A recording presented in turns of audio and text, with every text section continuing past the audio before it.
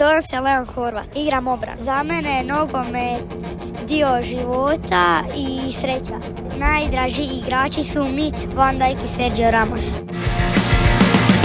Bez tebe sam niko, živim tek toliko, ja sam prosječan, neosjećan, ne živim, nemam čemu da se divim. S tobom sam uvijek, sa tobom za uvijek.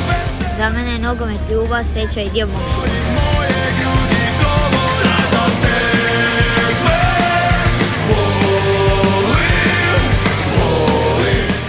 Volim kada pobjedim, kada osvojim turnir i kada zabijem gol.